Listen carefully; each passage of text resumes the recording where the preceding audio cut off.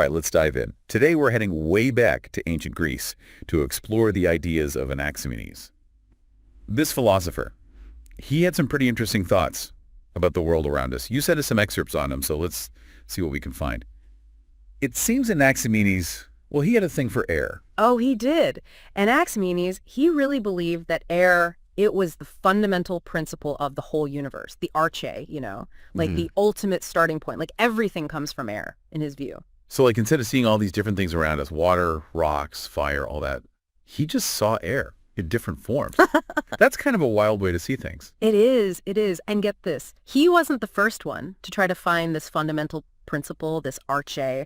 Like his predecessors, Thales and Anaximenes, they had their own theories too, Yeah. Like what? Well, Thales, he thought water was the arche. Makes sense. I mean, water is important for life and all. Exactly. But then Anaximander, he went with this idea of apeiron. It's like the boundless, the indefinite. Okay, the boundless. That's getting a little abstract.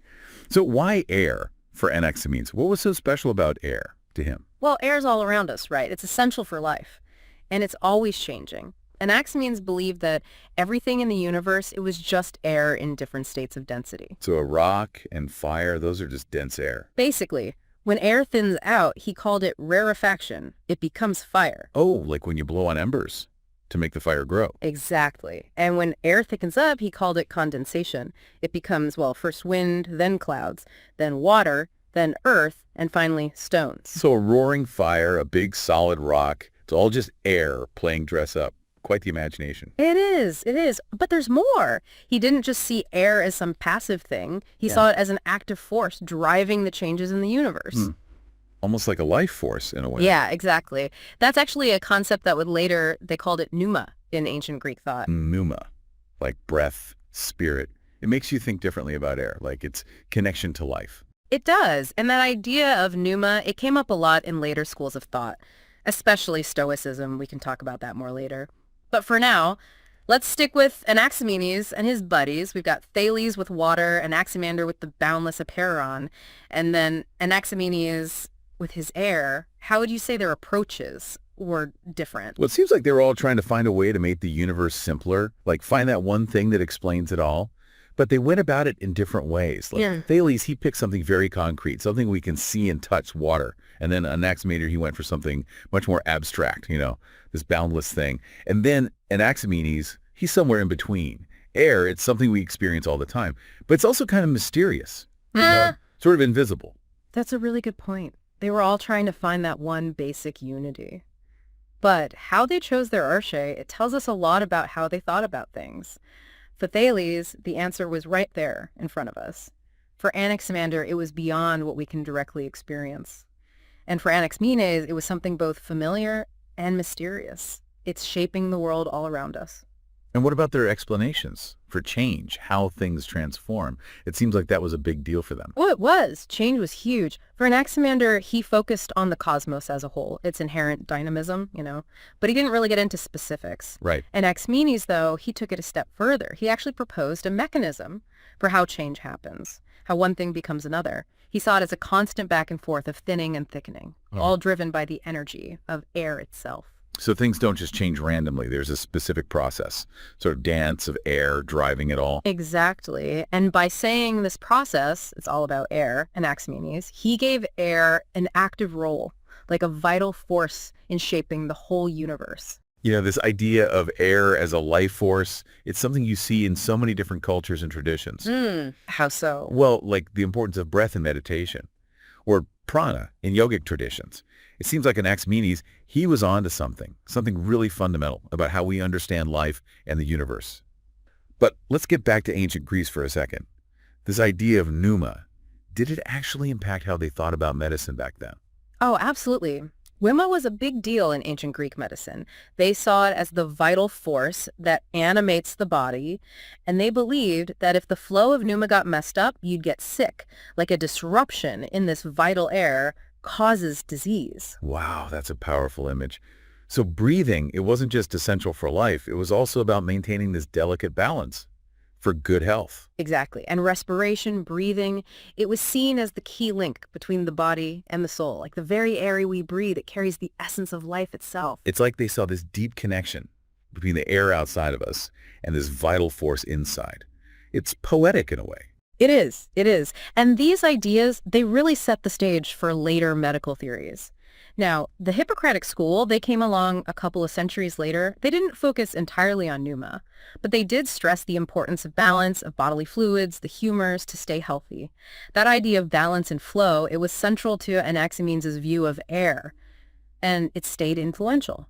It's amazing. These early ideas, how people tried to make sense of the world, they still have an impact thousands of years later. They do.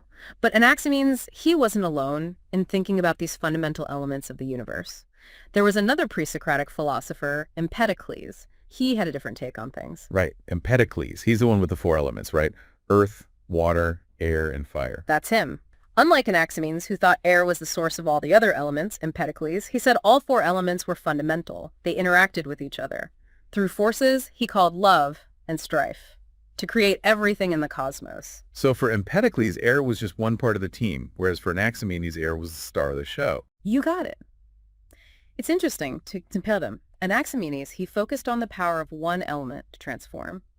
But Empedocles, he imagined this more complex system.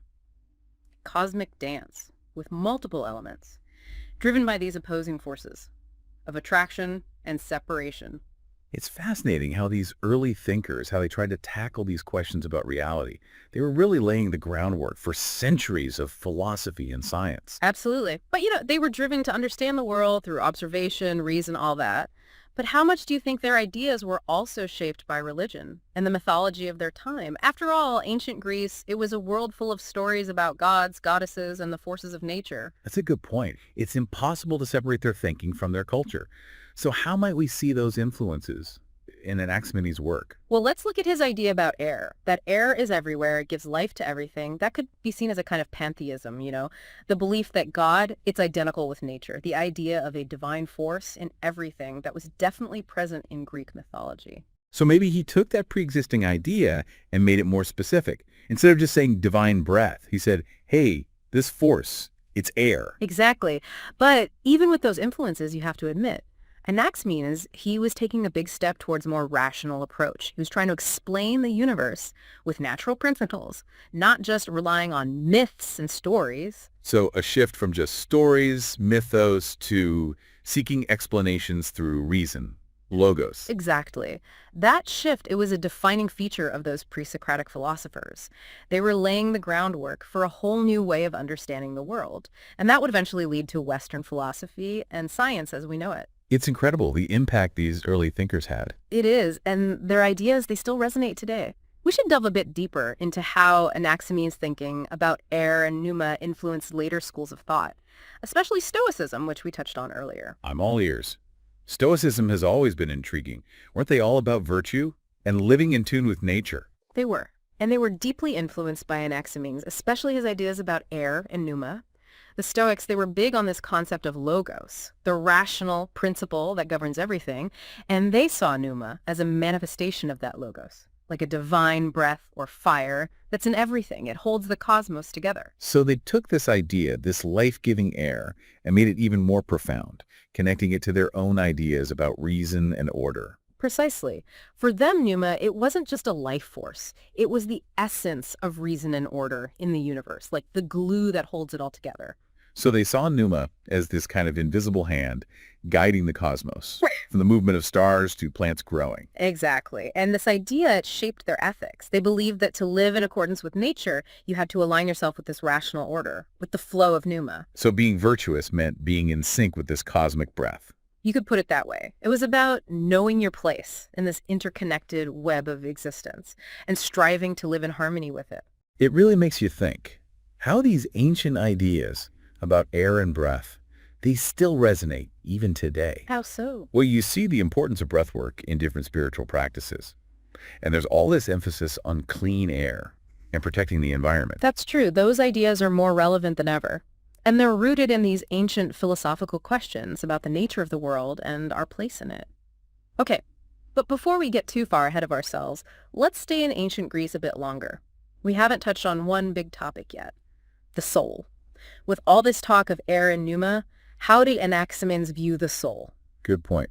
Did he write about that specifically? Well, we don't have any texts from him that directly talk about the soul, but based on what he did write, we can guess. Okay, let's speculate. How do we start? Remember his view on air, this life-giving force, the breath that animates everything. He might have seen the soul as connected to that pneuma. Like a little piece of the cosmic breath in each of us. Maybe. It's a cool idea.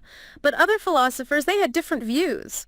Plato, for example, he believed that the soul was separate from the body, could exist on its own. Right. Plato's soul was this eternal divine thing, stuck in the material world. Pretty different from Anaximenes' more down-to-earth approach. Exactly. And then there's Aristotle. He saw the soul as the form, the essence of the body. They couldn't be separated. So 3 very different takes on the soul. Separate and divine, intertwined with the body. Or maybe, for Anaximenes, a part of this universal breath. It's fascinating how these different ideas shaped their philosophies and how they still impact how we understand what it means to be human. You know, when you talk about Anaximenes and air, it's easy to focus on the scientific side. But there's a beauty to it too, right? We're all connected by this invisible yet essential element, almost mystical. It is. That's what makes these ancient thinkers so interesting. They weren't just explaining the world. They were trying to grasp the mystery of it all. Absolutely. They were looking for knowledge, but also beauty and meaning. Okay, one more question. It might sound a bit odd. We know philosophers like Pythagoras and Plato, they loved math, saw it in the cosmos. But I don't remember reading anything about math in Anaximenes' work. Was he just not into it? That's a good observation. You're right. There's nothing to suggest he was interested in math or used it in his philosophy. Well, do you think that is? Was math just not on the radar yet? Who knows? Remember, Anaximenes' main goal was to find that one fundamental principle, the arche, to explain everything. And for him, air was it. It was tangible. You could see it, feel it. So maybe he thought math was too abstract, too far from the physical world he was trying to understand. Could be. He might have seen math as all about theories, and he was more about observing what actually happens in nature. Like, I can see air, feel it, see how it changes. That's how I'm going to figure things out. Exactly. But that doesn't mean he didn't get order and structure. His idea of a single principle for everything, it suggests he believed in a kind of harmony in the universe. So no equations, but he still saw the universe as balanced and ordered. Exactly. Good reminder that different thinkers approach things differently. They all have their own strengths. Anaximenes, his genius was connecting the world we can see to this unifying idea that the air we breathe is the source of it all. It really is amazing how, these early philosophers set the stage for so much, in Western thought, I mean. But we got to remember, they weren't just thinking in a vacuum. They were living in a world full of mythology, religious beliefs, all that. Do you think those beliefs had any impact on Anaximenes' ideas about air? That's a good point. You know, the idea of some kind of divine force, like a breath that's in everything and gives life, that wasn't new. It's a pretty common theme across cultures. Exactly. So maybe Anaximenes, he took that existing belief and he kind of gave it a more, a more scientific spin. Right. Instead of this vague divine breath, he said, hey, what if this force is something real, something we can actually observe, like air? That's a great way to put it. He could have been trying to bridge that gap, between myth and reason, finding natural explanations for things that before were all about the supernatural. It's like he's saying, let's look around at the world, what we actually see, observe. And from those observations, he builds this whole system of thought. Exactly. And that shift, that move from mythos, just stories, to logos, rational inquiry, that was huge. The pre-Socratic philosophers, they were pioneers in that way. It's amazing what they did, especially considering how little they knew compared to us. But let's get back to Anaximenes and his influence. We talked about Stoicism a bit. I'd love to hear more about that. How did his ideas about air and pneuma resonate with the Stoics, even centuries later? So the Stoics, they were very into this concept of logos, the rational principle that governs the universe. And they saw pneuma as like an expression of that logos, a kind of divine breath, maybe a fire even, that's present in everything. And that's what holds the cosmos together in their view. So they took Anaximenes' idea of this life-giving air, and they added to it, gave it this deeper philosophical meaning. Yes. For the Stoics, pneuma wasn't just about keeping you alive. It was the very core of reason and order in the universe, like the connective tissue, you could say. And it's fascinating. It's like they saw pneuma as this, invisible force that shapes everything, from how the stars move to how plants grow. Exactly. And that idea, it influenced their ethics too. To live the right way, according to nature, meant aligning yourself with this order, with the flow of pneuma in the universe. So for them, being virtuous was all about being in tune with this cosmic breath, this fundamental force. You could say that. It was about recognizing your place in the grand scheme of things and trying to live in harmony with it. It really makes you think how these old ideas about air and breath, they're still relevant today. How so? But like the importance of breath work and spirituality, meditation, all that, and all the focus we have now on clean air, taking care of the environment. You're right. Those ideas are super important now, and they have their roots in these ancient philosophical questions about the world and our role in it. Okay, we should probably stay focused on ancient Greece for a bit longer. There's a big topic we haven't covered yet, the soul. Given everything we've talked about with air and pneuma, what do you think Anaximenes' view on the soul was? Good point. Did he write about that specifically? Unfortunately, no. We don't have any of his writings that talk about the soul directly, but we can look at his other ideas and make some educated guesses. All right, let's give it a shot. Where do we even start? Well, think about how he saw air, this life-giving force, the breath that makes things alive. Maybe he thought of the soul as being somehow connected to pneuma. So like each of us has a spark of this cosmic breath inside us. Possibly. It's an intriguing idea. But remember, other philosophers had different ideas about the soul. Plato, for example, he thought the soul was separate. It wasn't part of the body. It could exist on its own. Right. Plato's soul, it was eternal, divine, trapped in the material world. Very different from how Anaximenes thought about things, much more down to earth. Exactly. And then you have Aristotle. He saw the soul as the form, the essence of the body. They weren't two separate things. So, 3 different takes. Separate and divine, part of the body.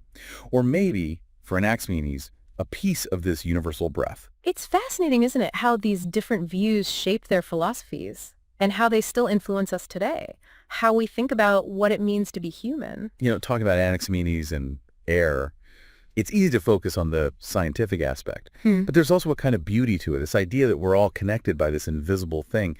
It's almost mystical. It is. That's what's so cool about these ancient thinkers. They weren't just explaining the world. They were trying to understand the mystery of it all. Absolutely. Knowledge, yes, but also beauty and meaning.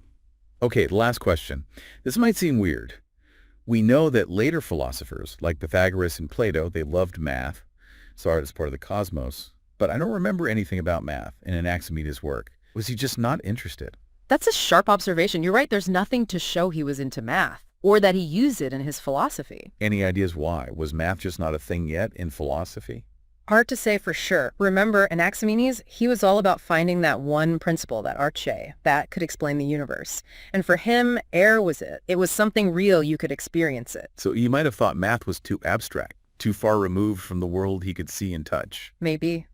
He could have seen math as theoretical, while he was more focused on observing what was actually happening in the world. It's like he's saying, I can see air, feel it, see how it changes.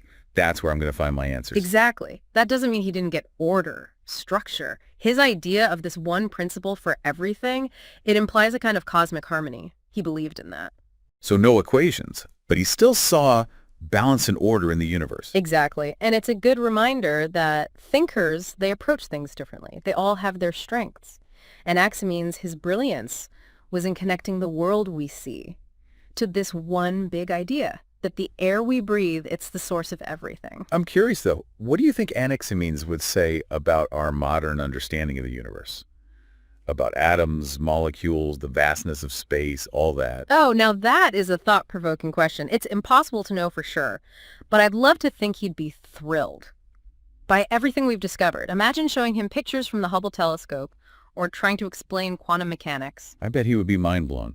Maybe even change some of his ideas based on what we know now. Perhaps. But that's the amazing thing about knowledge, isn't it? It's a journey, and even the greatest minds, they have to be willing to adapt, to refine their thinking as we learn more. Well said. I think that's a perfect place to wrap up our deep dive into Anaximenes. But before we go, one last question, just for fun. If we could sit down with Anaximenes, what would you ask him? Oh, man, that's a tough one. So much I'd want to ask. But if I had to pick one question, it would be this. Knowing what we know now about the universe, about atoms and all that, how would you change your idea of air as the arche? Would you still believe the same thing? Or would you adapt it based on our modern understanding? That's a brilliant question. I'd love to hear how he would connect his ancient wisdom with our modern science. I can just picture him looking up at the night sky, thinking about the mysteries of the cosmos, and saying, oh, well, this changes things. It really makes you think, doesn't it, about the power of philosophy. These big questions about reality, they've been around forever, and they still drive our exploration of the universe. It reminds us that knowledge, it's a journey. We're all part of this long chain of thinkers, going all the way back to those early philosophers who first asked, what is the world made of? And that's why studying these thinkers, it's so important. They keep us asking those big questions, challenging what we think we know, and never stopping exploring the mysteries of the universe. Beautifully put. I think Anaximenes would be happy with that. So to our listener, keep exploring, keep questioning, and keep diving deep into the ideas that shaped our world. Who knows what amazing things you might discover. Until next time, keep those minds curious and keep breathing deep. It's pretty amazing. These conversations about like the nature of reality, the building blocks of the universe, all that. It's like we're echoing what Anaximenes and his crew were talking about thousands of years ago. I know, right? It just shows how powerful these questions are. That desire to understand where we fit in, to find that underlying unity in all this complexity. That's something that connects us all across time and cultures. It's like we're all breathing the same air, sharing this quest to know and understand. Speaking of air, I can't help but think, Anaximenes, he'd be fascinated by all this stuff about air pollution, climate change. Or totally. Imagine trying to explain to him how we're messing with the very thing he thought was the basis of everything. Right. Kind of ironic, huh? This element, he saw it as so pure, essential. Now it's facing all these threats. Could impact all life on Earth. It really adds a whole other dimension to his ideas. Makes you wonder, how would he react to all this? Would he say, go back to a simpler life, closer to nature? Or would he be optimistic? Think we could use our knowledge, our technology to fix things? Those are great questions. Yeah. And it makes you realize these philosophical ideas, they're not just abstract things. They connect to real problems we face today. Help us understand them. Absolutely. So to everyone listening, keep exploring these ideas, keep questioning, keep that spark of curiosity alive. And remember, just like air, the world of ideas, it's vast. There's so much to discover. So keep breathing deep, keep those minds open, and until next time, happy deep diving.